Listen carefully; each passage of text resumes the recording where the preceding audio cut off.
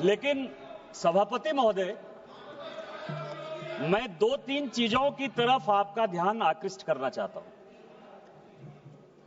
एक मुजफ्फर रिजवी जी ने एक शायरी लिखी कि लम्हों ने खता की है, सदियों ने सजा पाई। और क्या सजा है? ये पूरे दुनिया को जानने का सवाल है सर कि बड़ा चर्चा चल रहा है कि हिंदू वक्फ बोर्ड में क्यों आएगा। पैगंबर मोहम्मद साहब ने वक्फ करने के लिए कहा और मैंने सभी लोगों के भाषण सुने हैं।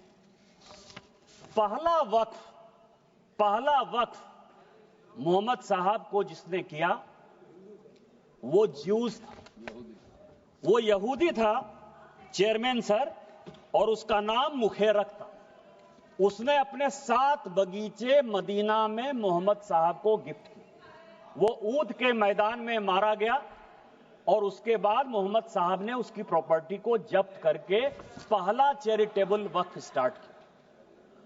यदि मुसलमानों ने पहला वक्फ नहीं किया, यदि मुसलमानों ने, मैं ऑन रिकॉर्ड कर रहा हूं बयान मसूद, यदि मुसलमानों ने वक्फ स्टार्ट नहीं किया तो मोहम्मद साहब के सिद्धांत के खिलाफ जाकर आप हिंदुओं को कैसे रोक सकते हो? दूसरा सवाल यह है, यह मैं कोर्ट का आदेश लेकर आया हूं, एमपी वक्फ बोर्ड वर्सेस शुभम शाह, और यह 2007 का ऑर्डर है। जो भोपाल का मॉस्क है, भोपाल का, जिसको शहंशाहे मालवा कहते, शहंशाहे मालवा, ये राजा होलकर ने दान दिया वक्फ। हिंदू दान दे बहुत अच्छा, यहूदी दान दे बहुत अच्छा, लेकिन वक्फ बोर्ड में मुसलमान को छोड़कर कोई दूसरा कैसे हो गया? हिंदू ने दिया, हिंदू ने दिया। मैं उस पे आ रहा हूं। तो मेरा यह कहना है, ये जितने लोगों ने कहा है उन्होंने पूरे दुनिया को झूठ बोला है। यदि वक्फ जियो ने स्टार्ट किया, यदि वक्फ की संपत्ति हिंदुस्तान में राजा महाराजाओं ने दी, तो किसी कीमत पर आप उसको, हिंदुओं को क्यों नहीं मेंबर बनाओगे? दूसरा सर, आज इस देश में फैसला हो जाना चाहिए। माननीय गृह मंत्री जी ने जिस चीज को स्टार्ट किया और जो छुलाकर छोड़ दिया, यहां गोरी आए, गजनी आए और बाबर आए, गोरी आए, गजनी आए और बाबर आए, तीनों लुटेरे के तौर पर आए ना? आप मानते हो कि नहीं? गोरी को और गजनी को आक्रांता मानते हो कि नहीं मानते हो? और यदि मानते हो तो हिंदुस्तान में सभापति महोदय, हिंदुस्तान में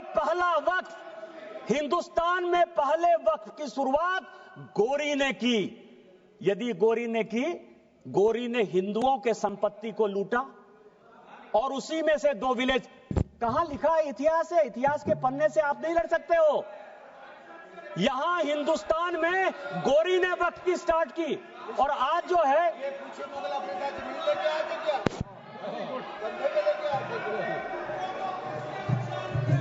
माननीय, मैं आप शहर को एड्रेस कीजिए, बाकी लोगों को। मैं सभापति महोदय, मैं दूसरी चीज आपको कह रहा हूं, इस देश में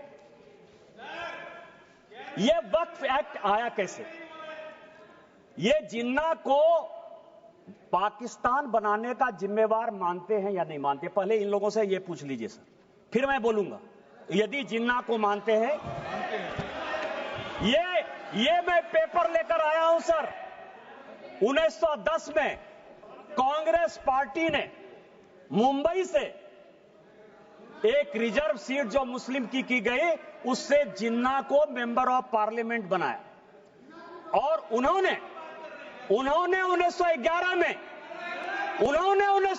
में मुसलमान वक्फ बोर्ड बनाया। ये प्राइवेट आदमी ने बनाया, जिन्ना ने बनाया, जिसने पाकिस्तान बनाया, और आज फिर वक्फ के नाम पर ये इस देश का बंटवारा करना चाहते हैं।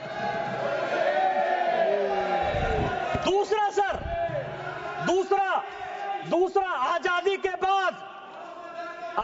बाद यहां सभी मेंबर ऑफ पार्लियामेंट बैठे हुए हैं। सभापति महोदय, यहां सभी मेंबर ऑफ पार्लियामेंट बैठे हुए हैं।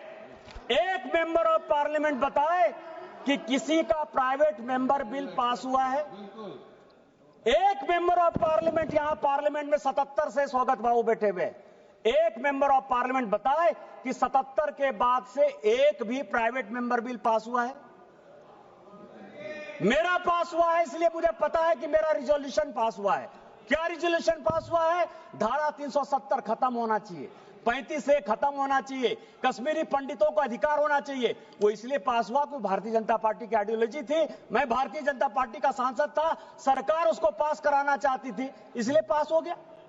ये जो 1954 का वक्फ एक्ट है, 1952 में सभापति महोदय काजमी साहब लेकर आए, एक प्राइवेट आदमी प्राइवेट बिल लेकर आया, और उसके लिए जब ये बिल पास हो गया तो सेलेक्ट कमेटी बनी, और उस सेलेक्ट कमेटी के जो मेंबर थे, अमजद अली, आप मुसलमानों की बात करते हो, दो लोगों ने डिसेंट नोट दिया। एक का नाम था मोहनलाल सक्सेना और दूसरे का नाम था अमजद अली।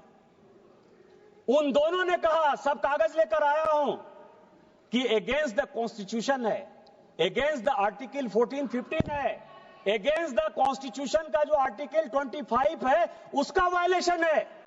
लेकिन कांग्रेस मुसलमानों के एपीजमेंट की पॉलिटिक्स के कारण इस बिल को पास कराना चाहती थी, और यह प्राइवेट मेंबर बिल के तौर पर एक वक्त बिल आया। क्या आप गैर सरकारी बिल को जो है सरकारी बिल बनाकर इतने दिनों तक मुसलमानों के लिए एक अधिकार की बात करोगे? किस तरह की राजनीति कर रहे हो आप?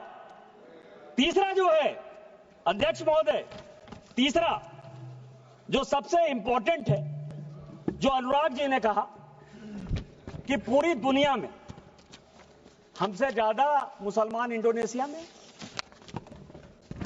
टर्की में, सीरिया में है, लेबनान में है, सऊदी अरब में। आप यह बताइए कि इस देश में संविधान की बात बहुत करते हैं, हम लोग संविधान की शपथ लेते हैं, मैं भी संविधान लेकर यहां बैठा हुआ, यह संविधान है। इस संविधान में अमेरिका सेकुलर है या नहीं है? अंग्रेज सेकुलर थे कि नहीं थे? आप नॉर्थ ब्लॉक चले जाइए, साउथ ब्लॉक चले जाइए, प्रधानमंत्री के ऑफिस चले जाइए, राष्ट्रपति भवन चले जाइए, पुराना संसद भवन चले जाइए, आपको सब जगह गीता का श्लोक दिखाई देगा। एक चीज उर्दू में नहीं लिखा हुआ है, एक चीज संस्कृत में नहीं लिखा हुआ है। अमेरिका का राष्ट्रपति यदि, बस 4-5 मिनट में खत्म करूंगा, अमेरिका का राष्ट्रपति यदि शपथ लेगा तो वो बाइबिल पर लेगा। सारे मुस्लिम कंट्री के हेड ऑफ द स्टेट यदि शपथ लेंगे तो वो कुरान पर लेंगे। आपने किस तरह का बना दिया कि हम संविधान के ले सकते हैं, गीता पर नहीं हाथ रख के कर सकते हैं, और आपने मुसलमानों को एक अलग कानून दे दिया। ये पूरी दुनिया में कोई मुस्लिम कंट्री भी ऐसा नहीं है जिसने कि वक्फ को इस तरह का अधिकार दिया हुआ है। क्या आप भारत को एक मुस्लिम कंट्री बनाना चाहते हो?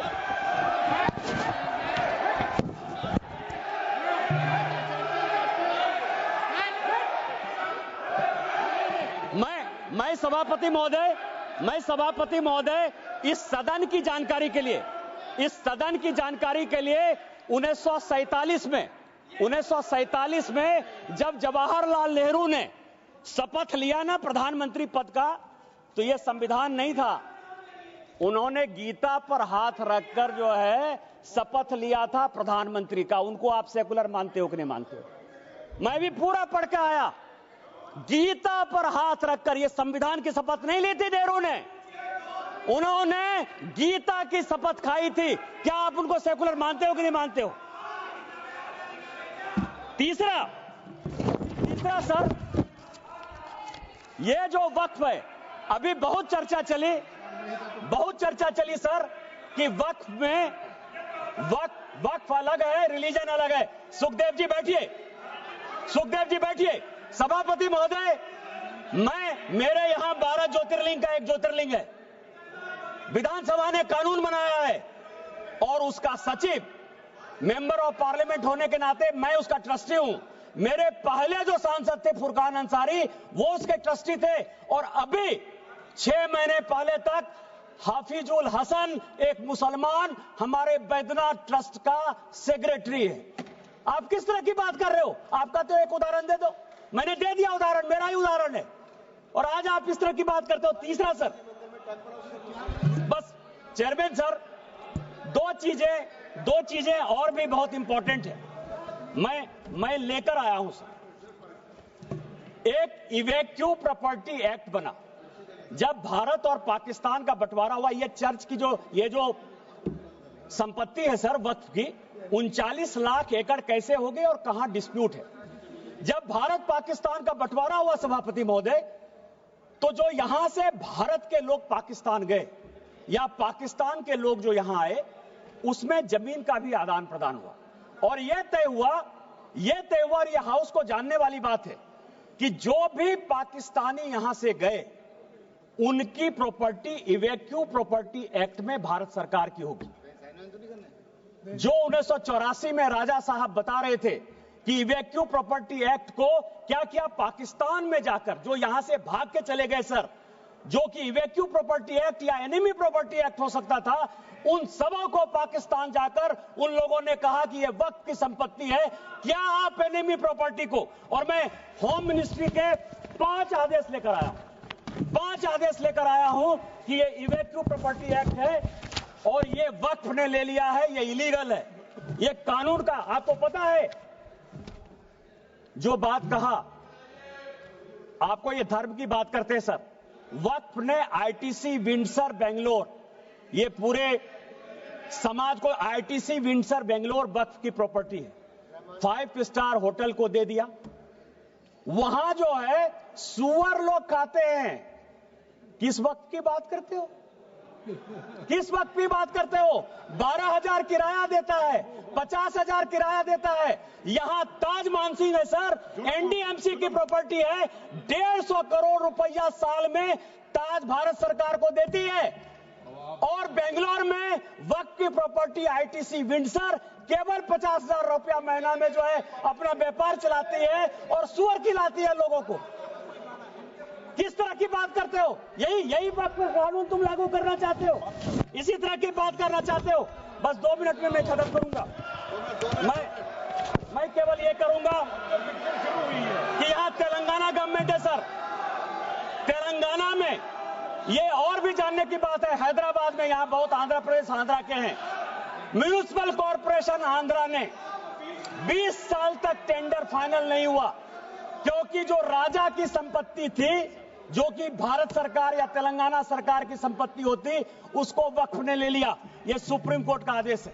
सुप्रीम कोर्ट ने यह कहा कि 50,000 की प्रॉपर्टी, कम से कम 1500 एकड़ जमीन हैदराबाद शहर में जबरदस्ती वक्फ ने ले ली है। क्या इसी तरह का कानून आप लागू करना चाहते हो? मैं अंत में यही कहूंगा कि चाहे एनिमी प्रॉपर्टी हो, चाहे इवैक्यू प्रॉपर्टी हो, वो भारत सरकार की प्रॉपर्टी है, और आप ये वक्फ के नाम पर नफरत फैलाने की कोशिश करते हो। आपने जो है इस देश को वोट बैंक की पॉलिटिक्स में मुसलमान की पॉलिटिक्स बना दिया है, हिंदुओं से आपका कोई लेना देना नहीं है। मैं अंत में केवल यही कहूंगा कि मैंने समंदर से सीखा है जीने का तरीका, चुपचाप से कहना, बहना और अपनी मौज में रहना, और अपनी मौज में भारतीय जनता पार्टी आगे बढ़ेगी, वक्त को पास करेगी, और हम जो है हिंदू मुस्लिम के बंटवारा को नहीं होने देंगे, एक अलग देश नहीं बनने देंगे, और इस कानून को पास कराएंगे। और